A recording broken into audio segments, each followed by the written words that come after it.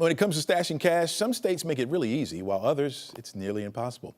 A new Yahoo Finance report evaluated 7 key metrics across all 50 states to grade how easy it is for residents to build savings. Well, it found out that North Dakota has the best state, followed by Wyoming. For the worst state, that honor went to Hawaii and California closely behind. Georgia was in the middle of the pack at 27th. So why is it that we struggle here in the Peach State when it comes to saving money? You know, the man has all the answers, financial expert and friend of the show, Andrew Poulos. Welcome to the show, my friend. Welcome back to the show, my friend. Good morning, Chesley. How are you? Doing good, doing good. You're looking good as always, man. Now, look, when it comes to the financial health of Georgians, right, what does this Yahoo rating tell us about what we're really doing and what's really going on here in our state? It tells us that we're mid-road, right? Out of the 50 states, we got ranked 27th, so not too terribly bad. Could we be better? Absolutely. But, you know, if you look at some of the other states, we could be a whole lot worse.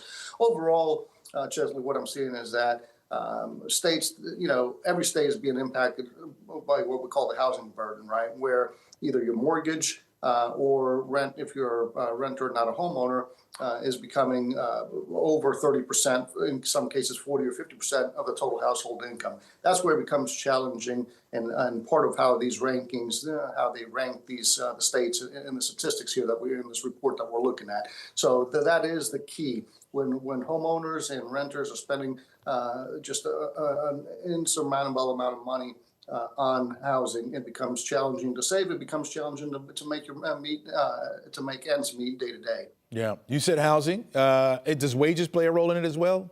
Absolutely, they do. Wages play a role, of course. There's sometimes it's just difficult to increase your wages unless you get a pay raise or you get a second job or you get a new job and you switch employers. A lot of times you'll be maxed out at how much you can earn. So ultimately, it comes down to how to keep your expenses under control, whether that's just to make ends meet or whether that is to begin saving, creating some sort of a savings a basket to where you can begin to just put something away for difficult times and even an emergency situation. Give us some more perspective on this. Like in certain states, they're saying it's very, very easy. Is that because their housing is lower, their wages are more? I mean, what is it? What can we find here that helps us save money that you can't find in other states?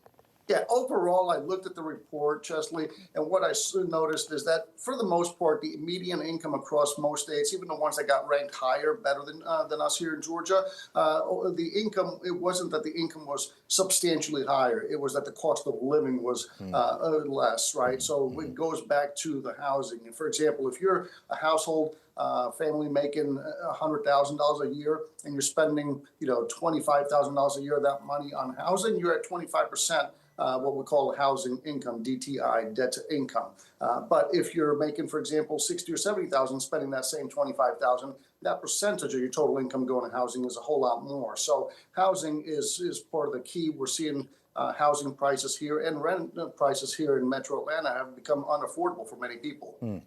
Wow. So would you say Metro Atlanta is probably one of the places in the state that would be the toughest place to save?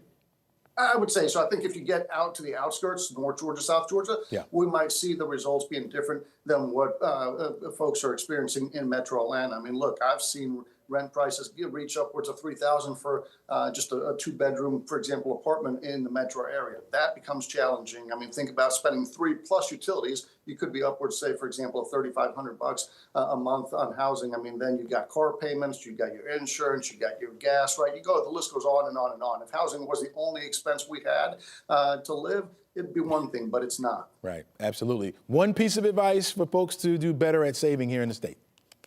Look, my first piece of advice is review your expenses, try to trim down on unnecessary expenses, and try to pay off high interest debts. Once you start, you know, if you can live debt free, then you can start allocating and reallocating your money, your budget towards other things, which include saving. All right, sounds good. My friend, Andrew Poulos, really appreciate the insight, my friend. You look good, man. You always look good.